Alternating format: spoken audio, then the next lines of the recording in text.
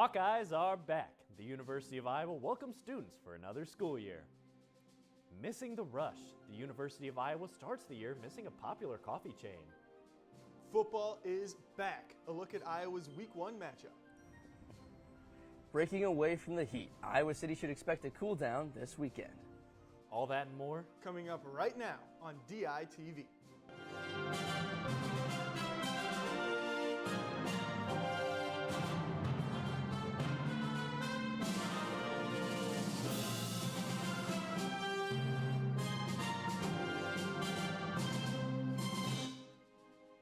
Good morning from Iowa City and welcome back.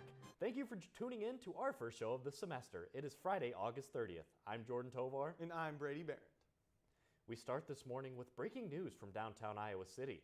A suspicious package was reported just after 6:30 this morning on the Capitol Street ramp seen on your screen now. 3 cop cars were present on scene and have deemed the package to not be a threat. All normal activity around the parking ramp can resume.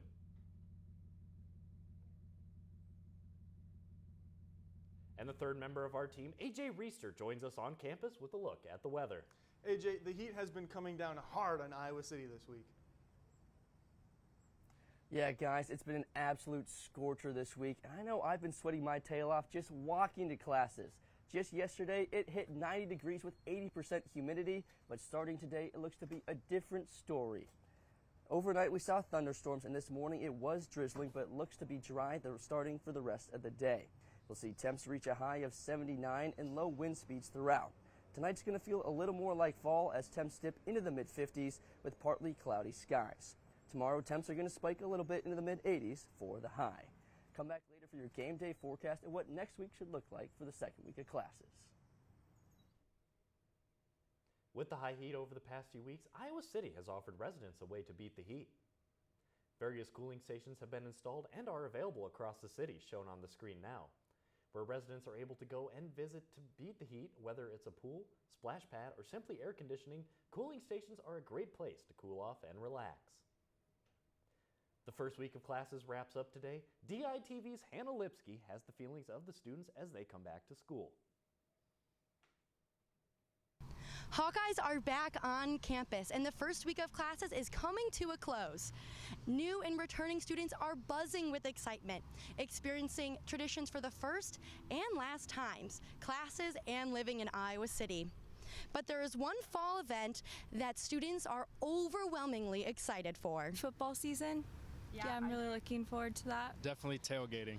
The football games. I'm on a football team, so I'm just looking to be a part of that. And I'm most excited for being back with my friends and football season. Students are excited for game day favorites like the wave, herky, and fun in between quarters. But there's some other things that Hawkeyes have been looking forward to. Hanging out with my friends. I'm excited to get into higher level studies. Like I'm excited to do OChem, start working on more laboratory stuff, getting higher into like doing the master's work on my research and all that. Hawkeyes starting their college journeys are looking forward to new experiences. I'm most excited to meet new people, make friends, connections, and just enjoy my time here. The University of Iowa has Big Ten spirit on the field, in the classrooms, and all around Iowa City. From the Pentecrest, this is Hannah Lipsky, DITV. The University of Iowa has introduced a free mobile app for easier access to campus resources. The new University of Iowa mobile app will contain information typically found on students' MyUI account. Resources like advising information, assignments, and schedule building are all available to find within the program.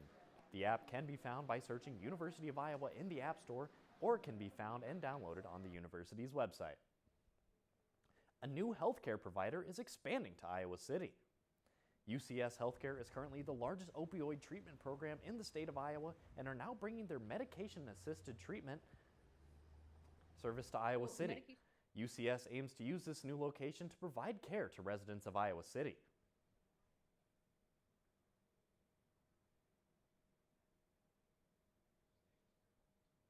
So medication-assisted treatment, along with counseling, is really the gold standard of care. We want to be the organization that gives the most access. State Grants is located just 10 minutes from campus on Southgate Avenue. UC hopes that Iowa City residents will now have easy access to immediate help with the new location.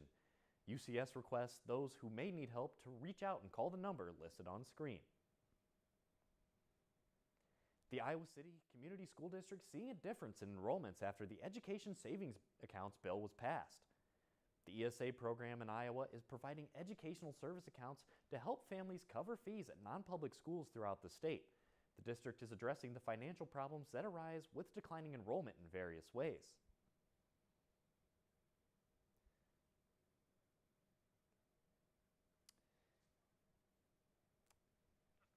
The Iowa City School District tried to keep every student program in place and up and going, and not take away from that great menu of services we have, not only in the classroom, but really for the whole child and the whole experience at school. The Iowa City School District has not seen any major changes since the start of the new school year. For college students who can't make it home for the election, absentee ballots are now available in Johnson County. Iowa absentee ballots can be requested by mail or cast in person at the Johnson County's Auditor's Office within 20 days of the election. Ballots by mail must be postmarked no later than 5 p.m. on Monday, October 21st. More information is available at sos.iowa.gov. And the Iowa City's Assessor's Office will be closed today through Labor Day. The office will be returning to the newly renovated Johnson County Administration Building. Located on the third floor in the Health and Sciences Building, further renovations on the other areas of the building will continue until January 2025. The Starbucks on South Clinton Street is a hot spot for many students, but that may change now due to its temporary shutdown. Dravin Murdy has the story. Some people's morning routines rely on a kick of caffeine to get them going, but now those routines might have to change. The downtown Starbucks, found on Clinton Street, shut down for renovations on August 25th, annoying typical customers and throwing off some who didn't even know it had closed.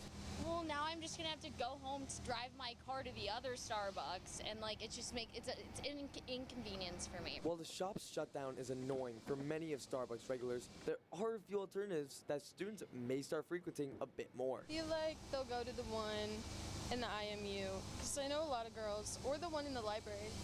You know, they have that like mini Starbucks. Yeah. Already a popular spot on campus, the Iowa Memorial Union Starbucks has seen a massive uptake in visitors already. I think they like kind of already have, like we've been really busy with like the past couple of days, obviously like we've just opened again from like having slower hours during the summer, but we like have already been like running out of like cups and like lemonade and like the popular items, so I feel like it's already like started to happen. The IMU Starbucks has already planned to increase their supply to meet the growing demand of students looking for coffee until the other Starbucks is back up and running. The Starbucks behind me is expected to open up back to the public with completely new renovations on October 11th.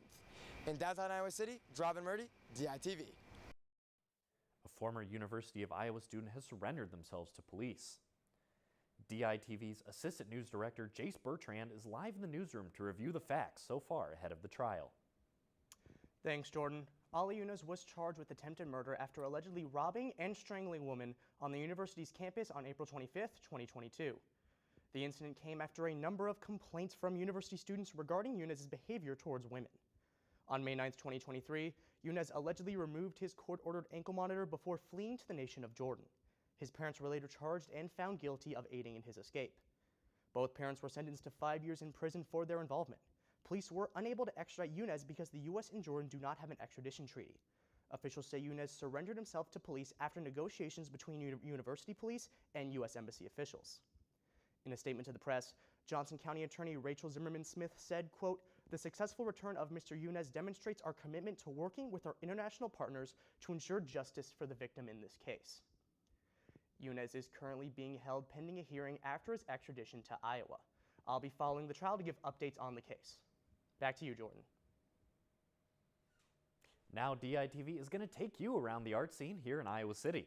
DITV's Ryan Lynch and Madison Johnson have the latest on Hansher and UI Theater. The University of Iowa put on a fall concert to welcome students and everyone back to Iowa City. University of Iowa President Barbara Wilson made a speech welcoming students and the Iowa City community. Welcome community members, welcome everyone to this amazing first event for Hansher. The free event kicked off the Hampshire season with multiple performers, including Raina Tropical and Dawes.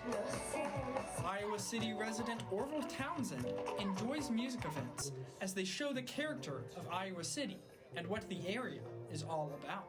We like the culture. That's one of the things about Iowa City that we enjoy, and I think that events like this is a good indication of who we are in Iowa City and what Iowa City is. UI first year Malia Hemes has always had the arts in her life and enjoyed going as she knows and appreciates the power music and the arts have to help people.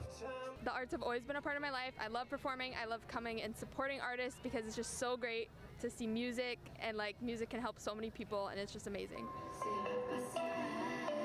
Events return to Hampshire this fall, and DITV's Madison Johnson has a preview on the university's theater season.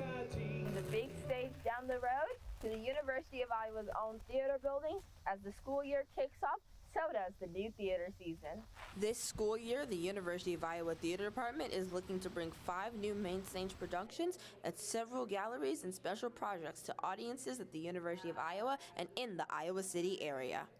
As an educational environment, having the opportunity to produce work is an incredible way to learning by doing. Main stage productions provide opportunities to both undergraduate and graduate students to gain experience in acting and set design. And with a core team of collaborators that are graduate students, a dramaturg, a set designer, a lighting designer, while galleries and special projects allow students to show off their writing skills. We're one of the few places in the country that an undergraduate student can write a play and then be able to see it go on stage. The main stage productions will begin with Marie Antoinette in October and will continue throughout the year.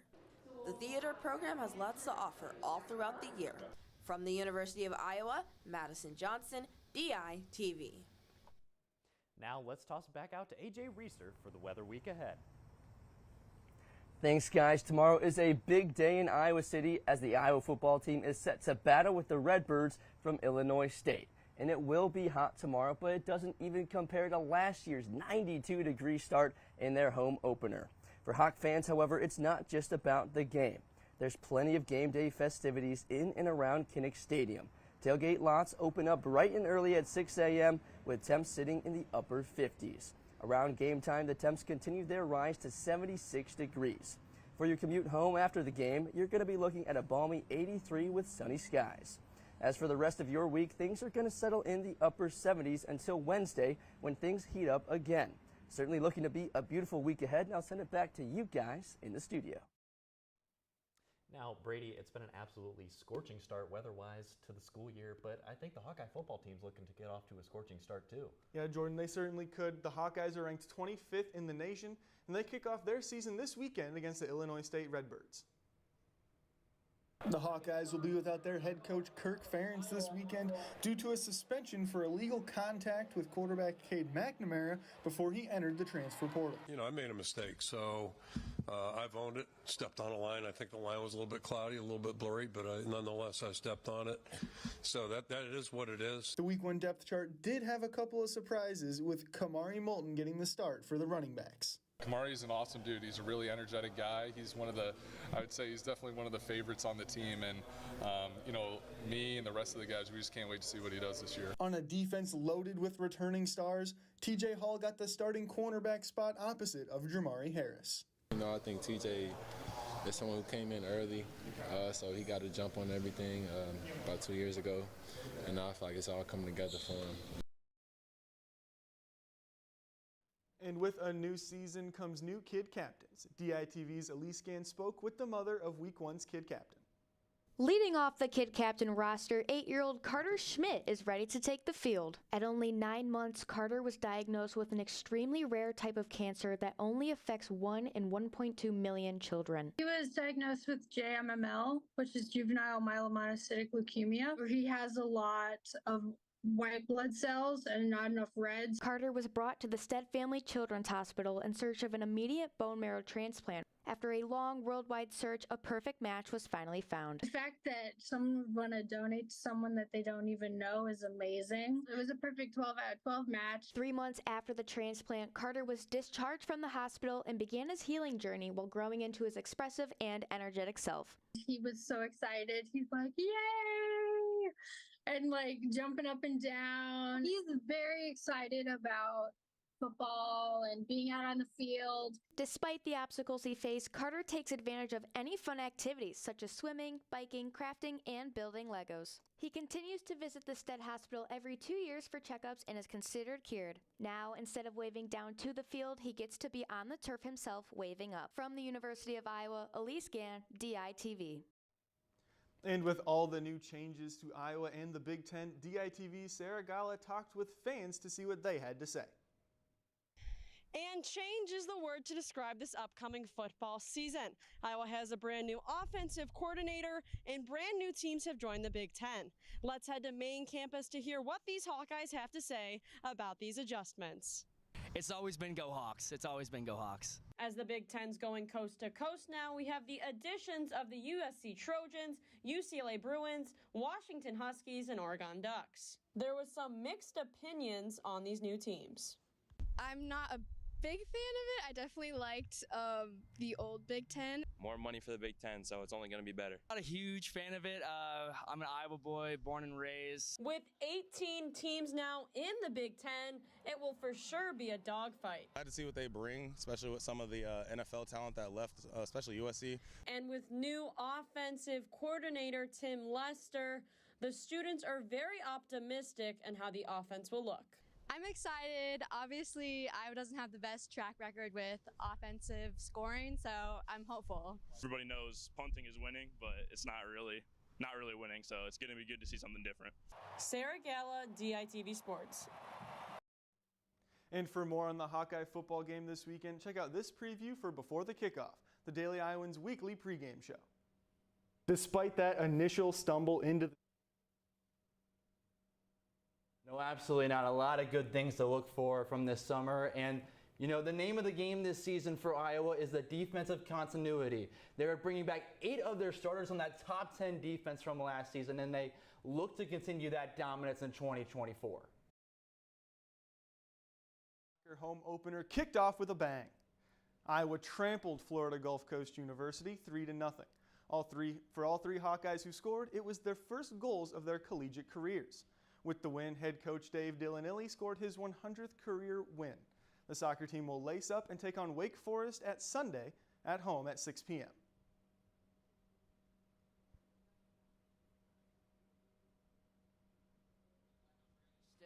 The Hawkeye volleyball team is setting off their season outside the United States.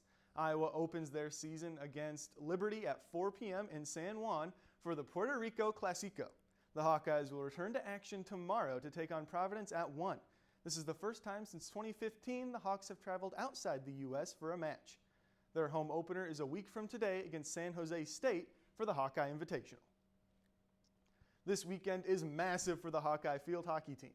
Iowa is traveling to Ann Arbor, Michigan for a Big Ten ACC Challenge where the 6th-ranked Hawkeyes will take on the 18th-ranked Wake Forest on Friday. But the grind doesn't stop for this Hawkeye squad as they battle the best of the ACC in the 2nd-ranked North Carolina Tar Heels on Sunday.